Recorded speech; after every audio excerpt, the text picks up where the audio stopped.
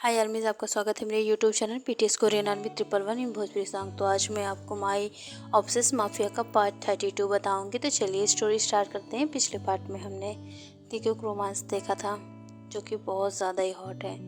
अगर आप लोगों ने वो पार्ट नहीं देखा है तो पहले वो पार्ट देख लीजिए, फिर इस पार्ट में आगे बढ़िएगा। And thank you so much मुझे इतना सपोर्ट करने के लिए। लोगों की वजह से मैं यहाँ तक पहुँची हूँ और आप लोगों को अच्छी अच्छी स्टोरी बता पा रही हूँ। तो मैं बहुत ज़्यादा एक्साइटेड होती हूँ हर न्यू स्टोरी के लिए, क्योंकि मुझे ये देखना होता है मेरी आर्मीज़ को ये स्टोरी अच्छी लग रही है या फिर नहीं। और मुझे बहुत अच्छा लगता है जब आर्मीज़ कमेंट करती हैं और कहती हैं कि दी आपकी स्टोरी बहुत अच्छी है। अब मुझे सच में ऐसा लगता है कि हाँ, मैं उस काबिल हूँ कि आप लोगों को हमेशा न्यू स्टोरी लाकर दे सकूँ बढ़िया बढ़िया। तो आप ज़्यादा बकवास ना करते हुए स्टोरी को आगे बढ़ाते हैं। पिछले पार्ट में हमने देखा था कि ते जेके के साथ फुल्ली एंजॉय कर रहा होता है और इसमें ते कुछ भी नहीं करता, क्योंकि सारा काम जेके कर रही होती है, क्योंकि वो बहुत ज़्यादा एक्साइटेड हो चुकी थी।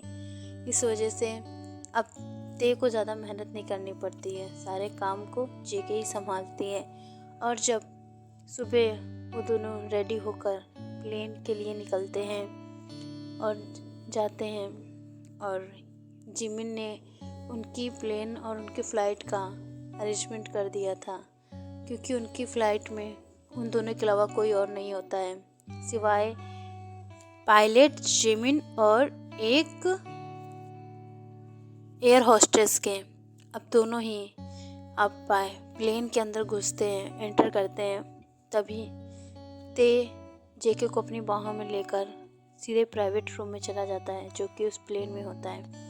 अब जेके बहुत ज़्यादा ही शॉक हो जाती है, क्योंकि आज वो बहुत ज़्यादा ही शर्म फील कर रही थी, बहुत ज़्यादा ही शाई उसको फील हो रहा था, क्योंकि जैसे ही ते प्लेन के अंदर एंटर करता है, वैसे ही जेके को अपनी बाहों में भर के वो प्राइवेट रूम में लेके चला जाता है। जेके बहुत ज़्यादा डर चुकी थी, क्योंकि कल रात ही उसने एक बीस्ट को झेला था।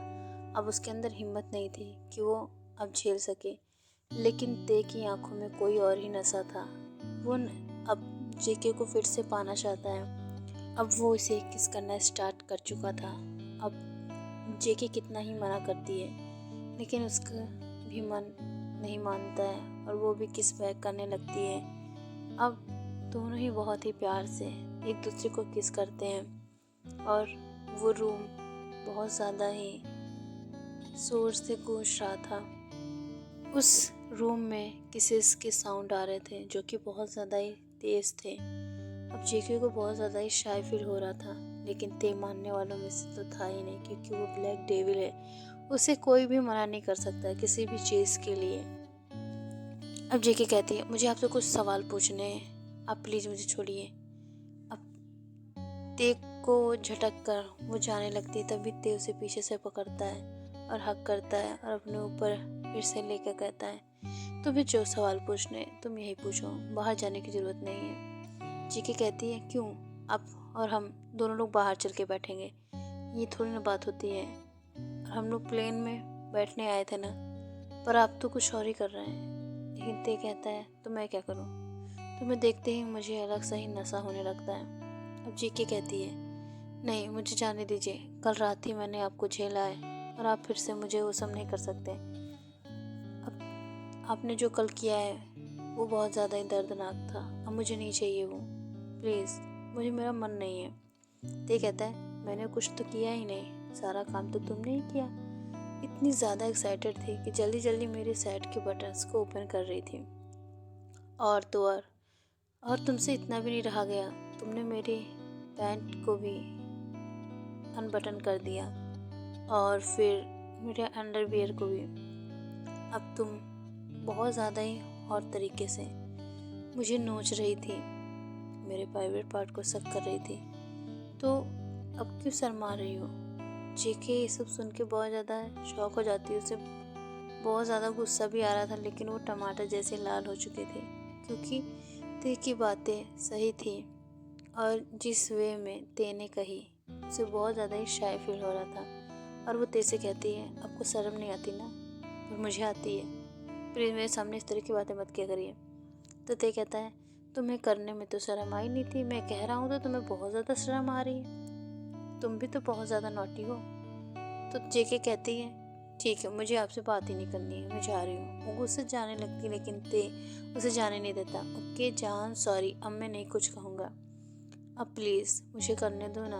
अब जेके बहुत ज़्यादा हैरानी से कहती है नहीं। अब ते फिर से उसे किस करता है तो जेके कहती है मुझे आपसे बात करनी है और आप मुझे बिना किस किए रह ही नहीं पाते हैं। अब जेके की बात सुन के ते कहता है ठीक है, तुम अपने क्वेश्चंस पूछो, मैं अपना काम करूँगा, ठीक है। न तुम मुझे रोकोगी न मैं तुम्हें रोकूंगा, तुम्हारे सारे क्वेश्चन के आंसर मैं तुम्हें दूंगा। अब जेके खुश हो जाती है और वो तुरंत ही उससे पूछती है आपने मुझे कैसे ढूंढा। तो ते कहता है जो मैंने तुम्हें पायल पहनाई है उसमें ट्रैकर लगा हुआ है, उसकी वजह से मैंने तुम्हें ढूंढा। अब जेके कहती है आप मेरी जासूसी के लिए मुझे पायल दिए थे। तो ते कहता है नहीं, तुम्हारी जासूसी के लिए नहीं, तुम्हारी सेफ्टी के लिए। मुझे पता था कि मेरे इतने सारे दुश्मन हैं कि तुम्हें कोई ना कोई हार्म कर सकता है, इस वजह से मैंने तुम्हें वो ट्रैकर वाली पायल दी थी जिसमें चिप लगी हुई थी। अब जेके कहती है ठीक है, अब ये बताइए कि आप तो ब्लैक डेविल है ना, तो आपने तो कहा था कि आप उन लड़कियों को छुड़वा नहीं सकते क्योंकि आपके ऊपर भी बहुत सारी पाबंदियां हैं, लेकिन आपने उन लड़कियों को कैसे छुड़वाया। अब ते कहता है कि तब फ्लैशबैक स्टार्ट होता है और ते अपने बहुत बड़े ही खौफनाक चेहरे के साथ फिर से मीटिंग हॉल में आता है जहाँ पर सारे ही माफियाज होते हैं। और ते सबसे कहता है तुम ये स्मगलरिंग अभी रोक दोगे, लड़कियों की कोई भी सेल नहीं होगी।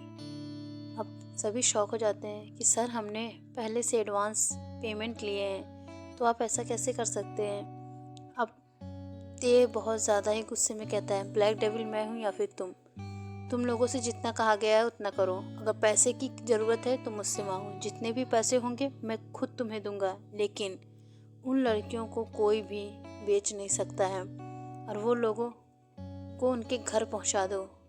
अब ते की बात सुनकर बहुत ज़्यादा ही सब हैरान हो जाते हैं और सब कहते हैं सर। तभी कहता है ते कोई एक्सक्यूजेस नहीं, पैसे की डिमांड तुम मेरे पर्सनल आदमी को बता सकते हो जिमिन को, वो तुम्हें सारे पेमेंट्स कर देगा जितनी भी तुम्हें ज़रूरत है। लेकिन अब आज जितनी भी लड़कियां तुम लोगों ने ली हैं उन्हें वापस उनके घर छोड़ कर आओ। तभी सब गार्ड्स कहते हैं सर हमने उन्हें कहाँ कहाँ से पकड़ा है और कितनी मुश्किलों से, अब मुझे उन्हें छोड़ना होगा। तब ते कहता है हाँ। अब वो बहुत ज़्यादा ही गुस्से से वहाँ से चला जाता है और फिर बार में ड्रिंक करने लगता है। अब वो सारे ही गार्ड्स बहुत ज़्यादा शौक जाते हैं। तब फ्लैशबैक एंड होता है। अब जेके कहती है तो आपने उनको कितने पैसे दिए थे।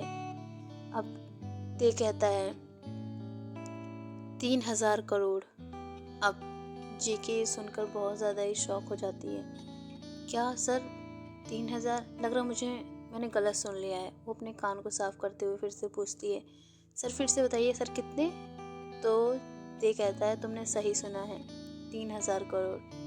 अब जेके कहती आह पेन हो रहा है, थोड़ा धीरे से, क्योंकि ते अब तक उसके सारे क्लोथ को रिमूव कर चुका था।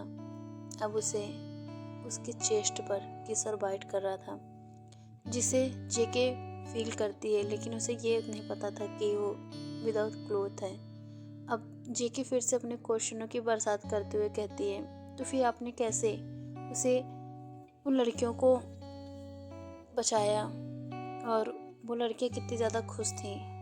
अब फ्लैशबैक फिर से स्टार्ट होता है। जब ते और जेके एयरपोर्ट पे पहुंचते हैं तभी देखती है जेके कि जिन लड़कियों के साथ वो किडनैप हुई थी वो सारी की सारी वहाँ पर होती हैं। अब जेके बहुत ज़्यादा ही शॉक हो जाती है, वो ते की तरफ देखती है, ते भी उसको देखकर स्माइल करता है। तभी उसमें से वो लड़की आती जेके से बहुत ज़्यादा ही घुल मिल गई थी। वो आके कहती है थैंक यू जेके, तुम्हारी वजह से आज हमें यहाँ से मुक्ति मिल पाई है। मुझे लगा था कि तुम पागलों जैसी एक्टिंग कर रही हो और लेकिन नहीं, तुम्हारा सच्चा प्यार तुम्हें बचाने आ गया और साथ में हमें भी। Thank you so much. अगर तुम्हें किसी भी चीज़ की ज़रूरत होगी तो हमें ज़रूर बताना। और हम तुम्हारे लिए कुछ कर तो नहीं सकते हैं, लेकिन ये दुआ ज़रूर करेंगे कि तुम्हारी जोड़ी हमेशा सलामत रहे। अब जेके कहती है, इसमें तुम्हारी कोई भी गलती नहीं है और तुम मुझसे इस तरह से बात नहीं कर सकती हो और तुम्हें कोई ज़रूरत नहीं है मुझे कुछ भी देने की, क्योंकि तुम लोगों का साथ ही मेरे लिए सब कुछ है। अब वो सभी जेके को गले लगा लेती हैं। गार्ड्स उन लड़कियों को आने नहीं दे रहे थे, लेकिन ते के एक इशारे पर सभी लड़कियों को वो गार्ड्स आने देते हैं। तभी वो ते को भी कॉन्ग्रेचुलेशन कहते हैं और उसे भी ब्लेसेस देते हैं। आपकी वजह से हम यहाँ पर हैं, अब हम अपने घर जा सकते हैं, thank you so much sir. तो ते भी कहता है ओके ठीक है, क्योंकि उसके चेहरे पे कोई भी भाव नहीं होता है और वो बहुत ही ज़्यादा प्यार से उन लोगों से बात नहीं कर पा रहा था, क्योंकि उसका सिर्फ प्यार जेके के लिए है। अब वो लड़कियां ही बड़ी खुश होकर वहाँ से चली जाती हैं। जेके भी यहाँ पे बहुत ज़्यादा खुश हो जाती है और वो ते को कस के गले लगा लेती है। ते भी बहुत ज़्यादा खुश था। तभी वहाँ पर विहान आता है और वो कहता है, ओह जेके तुम कैसी हो, क्या तुम ठीक हो? मैंने सुना तुम्हारे बारे में, तुम्हें बहुत जल्दी से दौड़ा आया, तुम ठीक हो ना? अब जेके कहती हैं, यस सर मैं ठीक हूँ। अब ते का गुस्सा हाई हो रहा था, लेकिन जेके ये बात नहीं नोटिस करती है और विहान बहुत ही ज़्यादा प्यार से जेके से बातें कर रहा था।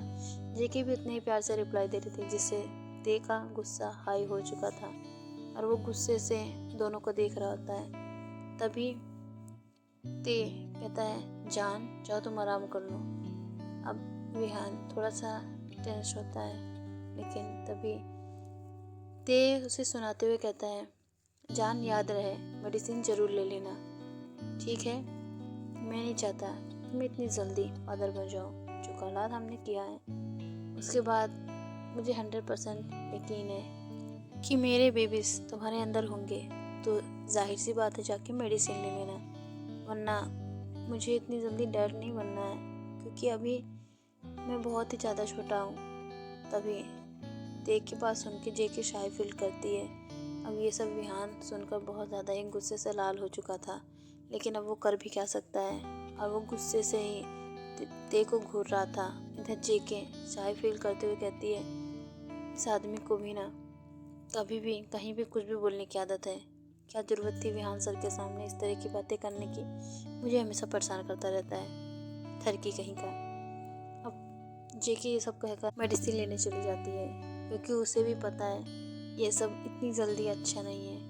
अब विहान बहुत ज़्यादा गुस्से में खड़ा होता है और वो उस ते का कॉलर पकड़ के कहता है, तेरी हिम्मत कैसी है उसे अपने करीब लाने की, उसके साथ ज़बरदस्ती करने की, और तू उसके साथ ये सब नहीं कर सकता है। तभी ते कहता है, क्यों नहीं कर सकता, मैं उससे प्यार करता हूँ, वो मुझसे प्यार करती है, हम दोनों एडल्ट हैं तो हम लोग कुछ भी कर सकते हैं, तू कौन होता है मुझे रोकने वाला। अब विहान बहुत गुस्से से उसे पंच मारता है और ते भी पीछे हटने वालों में से नहीं था, क्योंकि वो ब्लैक डेविल था, वो भी उसे पंच पे पंच मारता है। अब दोनों के ही नर्स आ चुके थे, अब दोनों की फाइट होने वाली थी। दोनों बहुत ज़्यादा एग्रेसिव और गुस्से में थे, क्योंकि दोनों ही बहुत ज़्यादा ही एग्रेसिव और माफिया हैं, जो कि यहाँ के मेन ऑफिसर को पता है और वो कुछ नहीं कर सकता है। अब वो दोनों को ही कहता है, सर प्लीज़ यहाँ पर ये सब मत करिए, यहाँ की सिक्योरिटी बहुत टाइट है, अगर आप लोग यहाँ पे कुछ भी करेंगे तो बहुत बड़ा हंगामा हो सकता है। वैसे तो उन लोगों को कोई सी चीज़ का भी खतरा नहीं था, लेकिन फिर भी वो दोनों एक दूसरे के सिर पर गन पॉइंट करके खड़े थे। अब दोनों ही बहुत ज़्यादा ही गुस्से में थे। अब विहान कहता है, तू एक रात तो उसके साथ बिता सकता है, लेकिन बहुत जल्द उसकी सारी रातें मेरी होंगी और वो मेरे नीचे मौन करेगी, तू सिर्फ देखता जा और तेरी जेके मेरी होगी। ते को बहुत ज़्यादा गुस्सा आता है, वो गन पॉइंट करके उसे शूट करने वाला होता है, तभी वहाँ पर जेके आ जाती है और दोनों के बीच खड़ी हो जाती है। कहती है, आप लोग ये क्या कर रहे हैं, आप लोगों को छोड़ के जाओ, तो आप लोग तो भेड़िए और शेर की तरह लड़ते ही रहते हैं। अब वो ते को लेकर वहाँ तक जाने लगती है, बहुत ही ज़्यादा ही प्यार से उससे कहती है, चलो चलो ते, तुम्हें तो अकेले छोड़ना भी खतरे से खाली नहीं है। अब वो ते को लेकर जाने लगती है। अब यहाँ पे फ्लैशबैक एंड हो जाता है। अब ते बहुत ज़्यादा ही उसे किस और बाइट कर रहा था।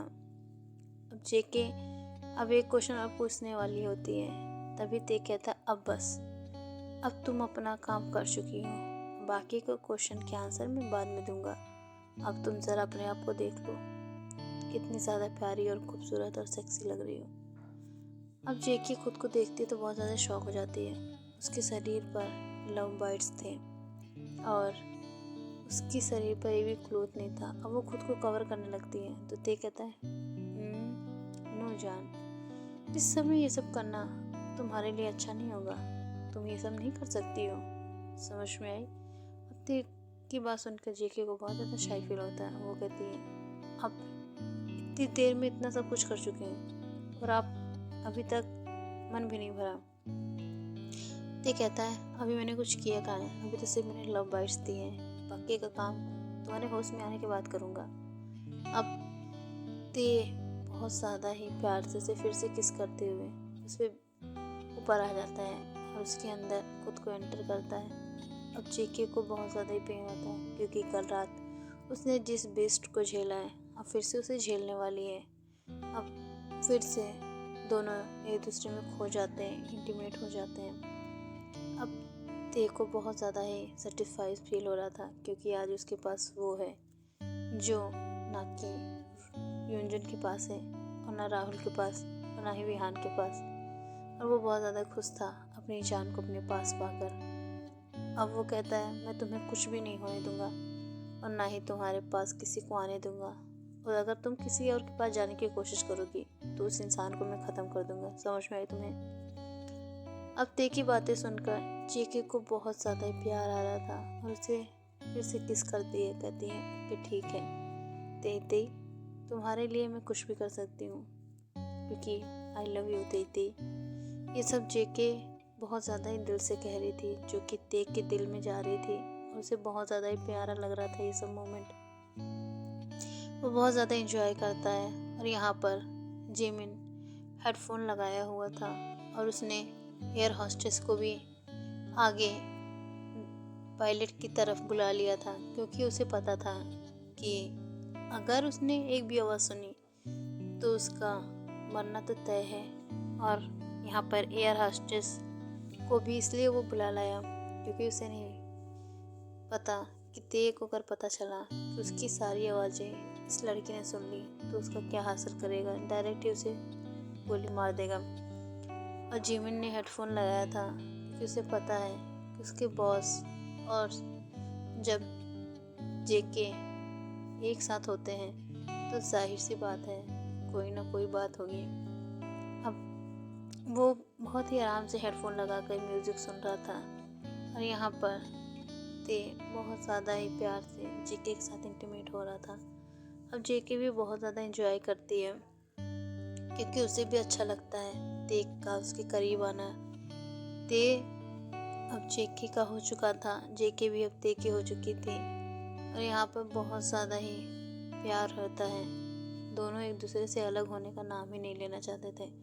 कुछ देर में जेके थक कर सो जाती है लेकिन ते अभी तक सेटिस्फाई नहीं होता है।